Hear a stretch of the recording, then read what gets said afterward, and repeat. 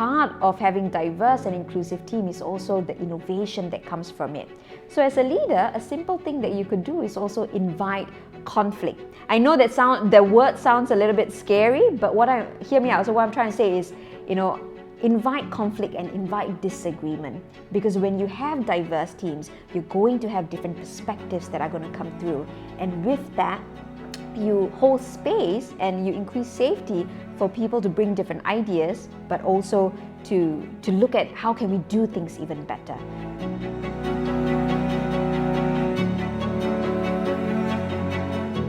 Wait a minute, but shouldn't I hire just the best candidate for the role instead of hiring for diversity? This is a very interesting question that I'll be discussing with Angel in today's podcast.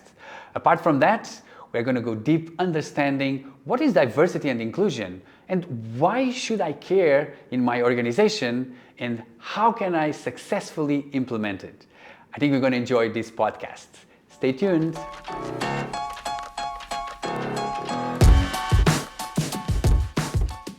Angel, it's such a pleasure to have you here. Welcome to the podcast. Thank you so much for having me. I'm really excited to be speaking with you today.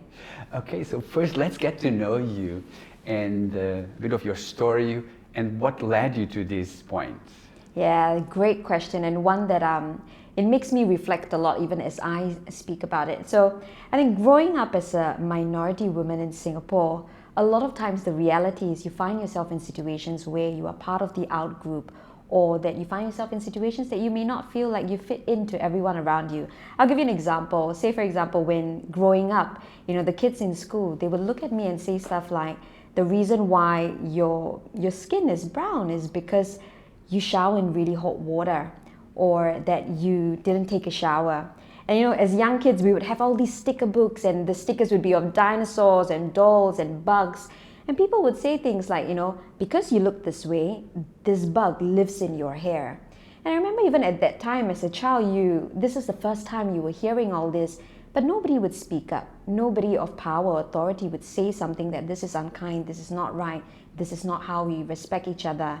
And I would go home and I would tell my mom about it, and at that time, there would not have been conversations about diversity or inclusion or how do we respect each other and celebrate our differences. So we were always told to let's just keep our head down, let's just ignore it and let's keep going. But I always had that drive of, this is not right. We should be speaking up about it, but nobody else did. And, how do you then have it? So I moved on into my professional career, and for the first 10 years of my professional life, I had the opportunity to work with some really exciting companies to scale talent development and recruitment.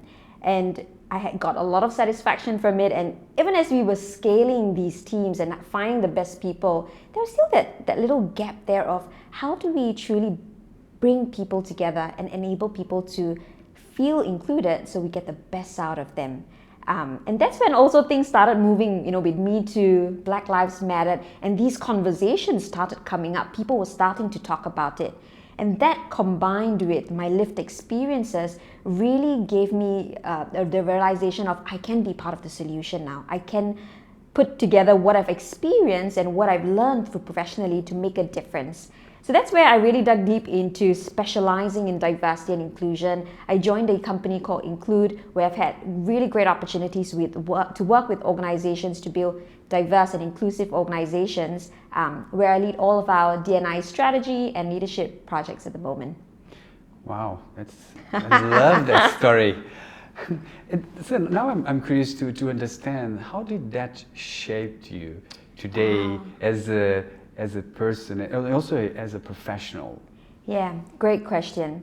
I think, when you go through something like that, it gives you a lot of empathy for the lived experiences of other people, right?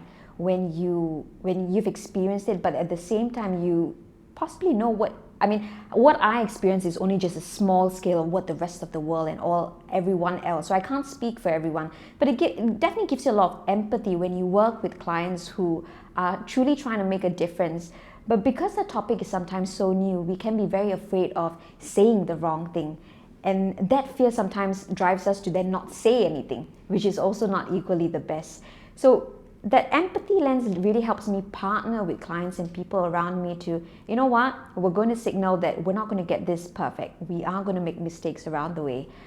But how can we be open to feedback? But also, how can we be more curious to the people around us to really drive the right outcomes? Wow, I was even having goosebumps when you were saying that. So nice how you transform your experience when you're young into now what is driving you, and also you can help other people. Okay, that was a good beginning.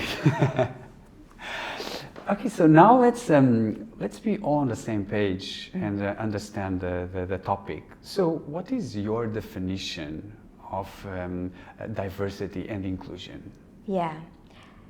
So I think there's a lot of different definitions out there, right? And very simply put, let's just use both of us as an example, right? Diversity is almost the differences between us.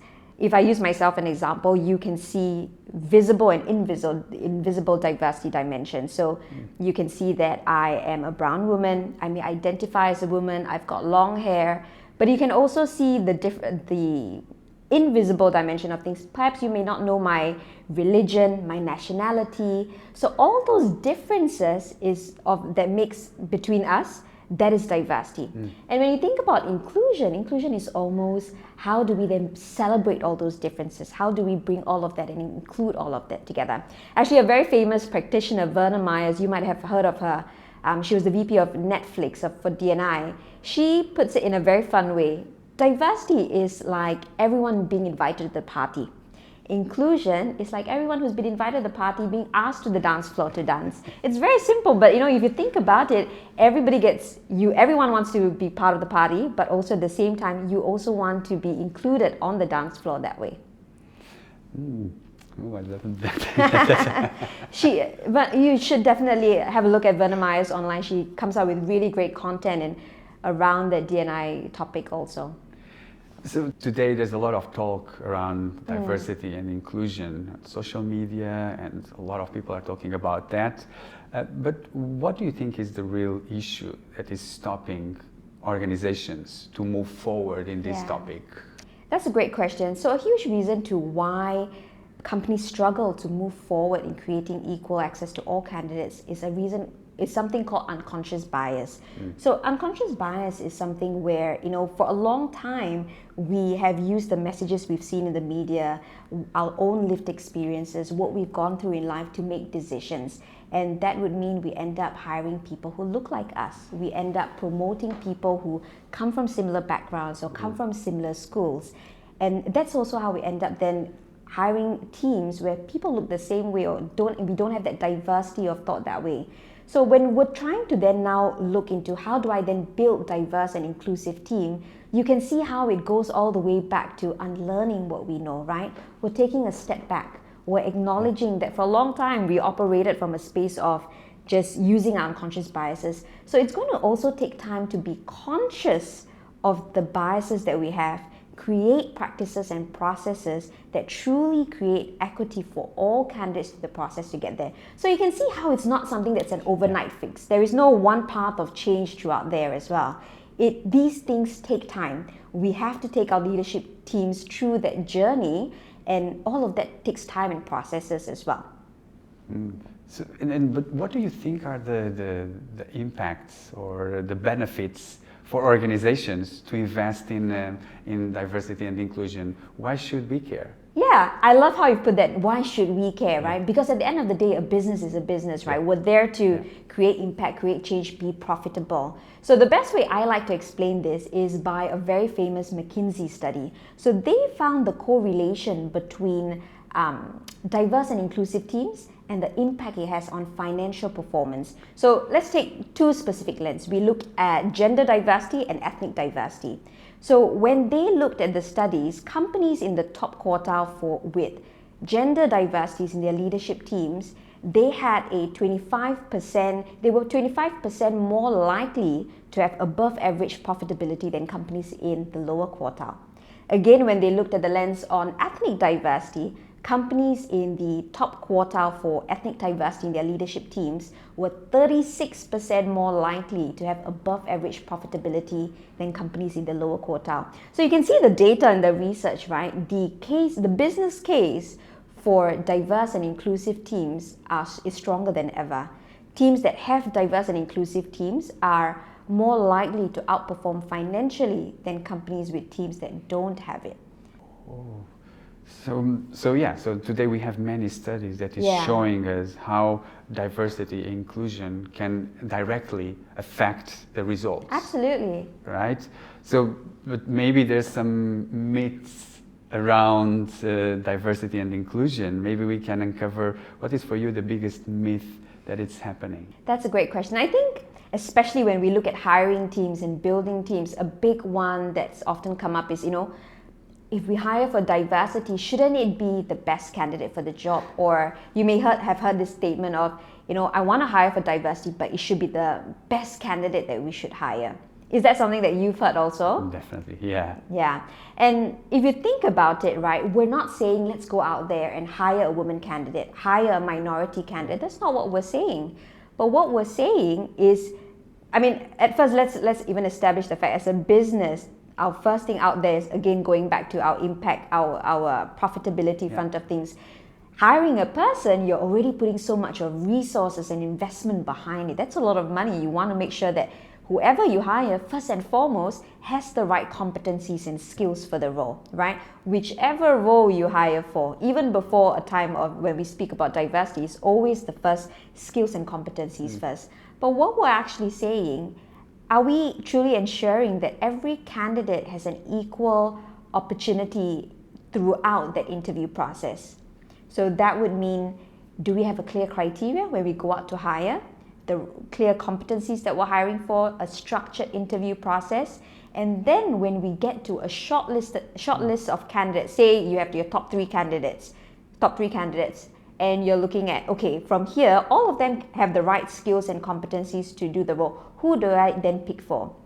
And what we know is when we get to that level, if left to our own devices, what then happens is we add an extra layer of requirement. And this is where it's like, we might say, no, actually what? Someone coming from a similar industry would be a great fit. We should pick that person. Or someone who's come from a certain school would be a better fit. We should pick that person.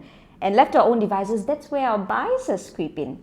But what we're saying at that level, when we've identified the short list of candidates with the right skills and competencies, that's when we add the layer of diversity. So say, for example, if I have a team of all male candidates, which candidates out of here is going to add a diverse perspective?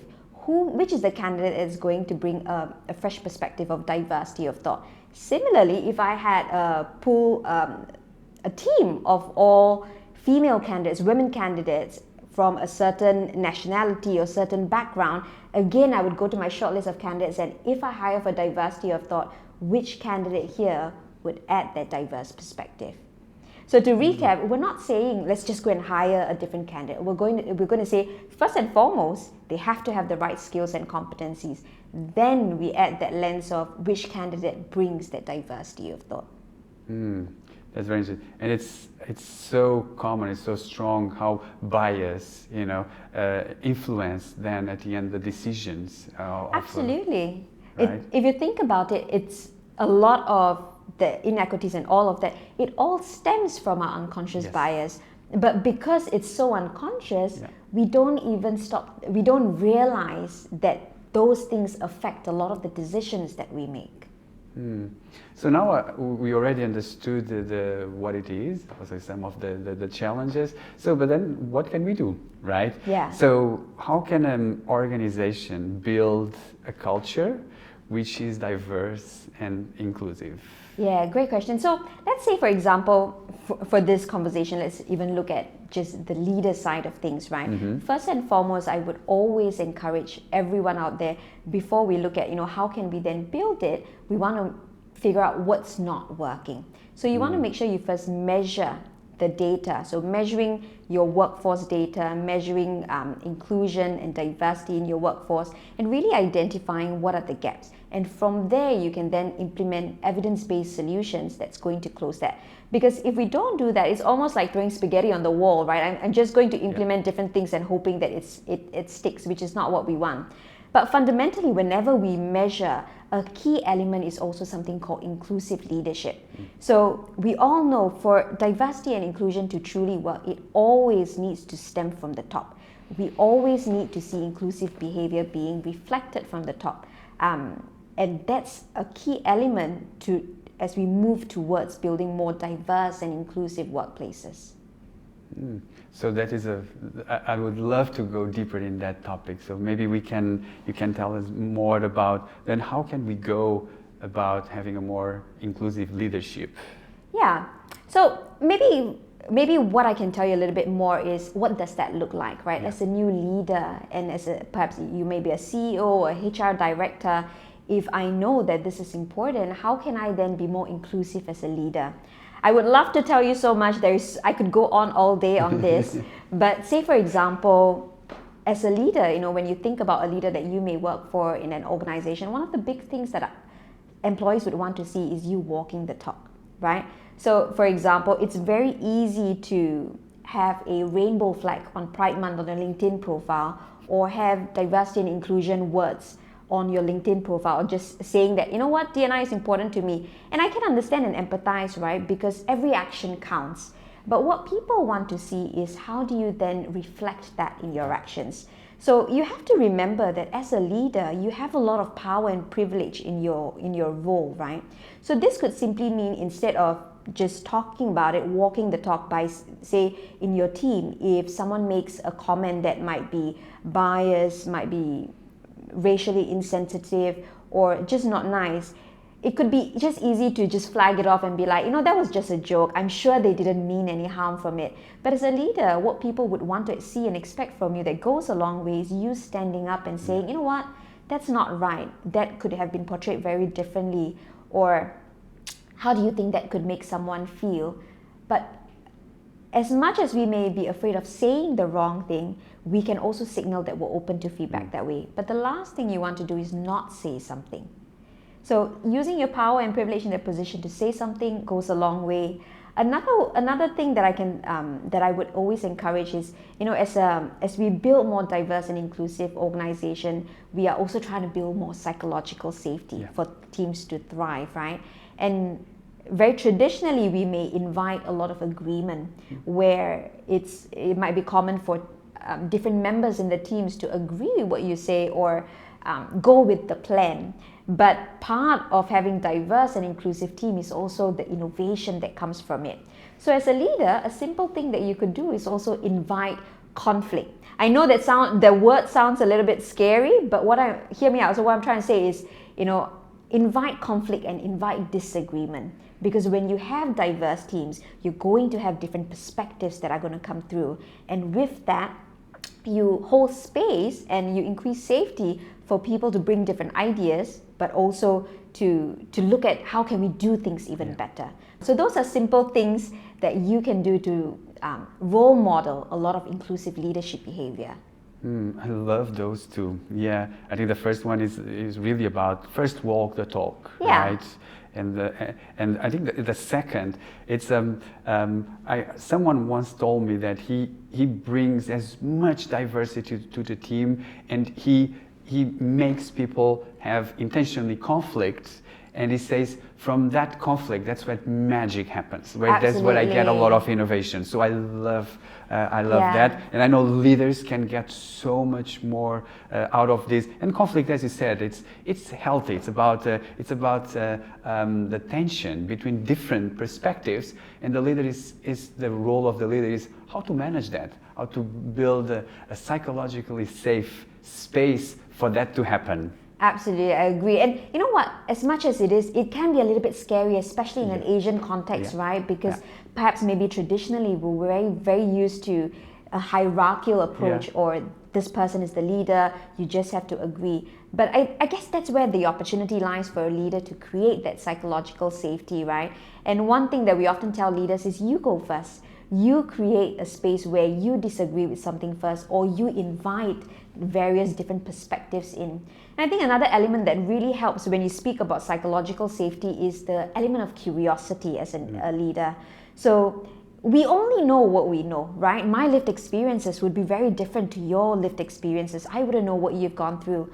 But us being curious about their experience, asking for their thoughts, asking why this may have happened as well, helps also build their psychological safety and helps them open up to that team.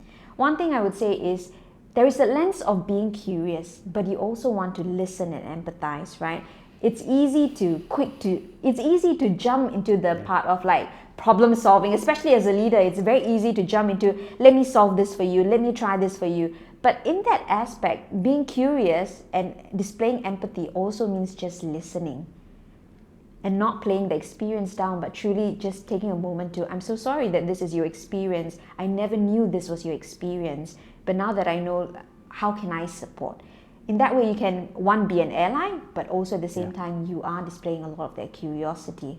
It's an interesting topic, and there's so much to go into that. So good. That was so good, yeah. So, but if I'm a CEO and I'm an HR director, where do I start? Absolutely. And that's a big question these days, right? Especially if you're a new CEO, new HR director going into an organization, and D&I is a big part of your value system. How do I then speak about it, right? So one of my biggest things is, as you go in, take the time to learn and understand what's currently going on. So this could be looking at the data, looking at what's currently been rolled out in your region, globally, what are the strategies there. And also, you have to remember you have an opportunity to signal inclusion right from the very start. So I'll give you very practical techniques as a new CEO or HR leader. Something that often that we may be very inclined to do is perhaps change the management team or bring people that we are very used to working with. And that also is a reflection of your stand on diversity and inclusion. So being mindful of that. And especially as a new leader, you are very visible throughout the organization, right? So who you're having coffee with, people around you in meetings, who you're meeting with, being mindful of how all of that signals inclusion goes a long way. Another thing that you could do is meet with your D&I lead, get an understanding of some of the priorities, how you can also play a role. Look at employee resource groups. What are some of the different groups that are coming together to build diversity and inclusion for different groups in the organization? A big thing I would also say, especially as a leader, your first communication that goes out signals a lot of your own messaging in diversity and inclusion. All eyes are going to be on it as well. And you know what? There is also that element of you're not going to get it all right. You are going to make mistakes along the way. We are all on this journey together. So signaling that you're open to feedback goes a long way. And I guess going back to that message on your first messaging that goes out, some things that you could do is work with your D&I partners, work with the employee resource groups on how you can craft it together so you get the right messaging and start on the right foot as much as possible also. I think I have to push you a little bit more on this. And I want to go a bit further and understanding, and for example, myself as a CEO, but how do I bring people on board, to make it really a priority for my company? That's a great question. And where you have the opportunity to bring people on this journey is truly by challenging them, right? Challenging systemic change is truly a key element if we want to create sustainable change in the overall system. So think of different ways on how can you get your leaders and people around you to buy into the D&I business case? Because at the end of it, whatever we do, it still needs to link back to the business case. So thinking of it from that perspective, right? Yeah. Another element that you want to realize is there's no one path of change, right? And these things do take time.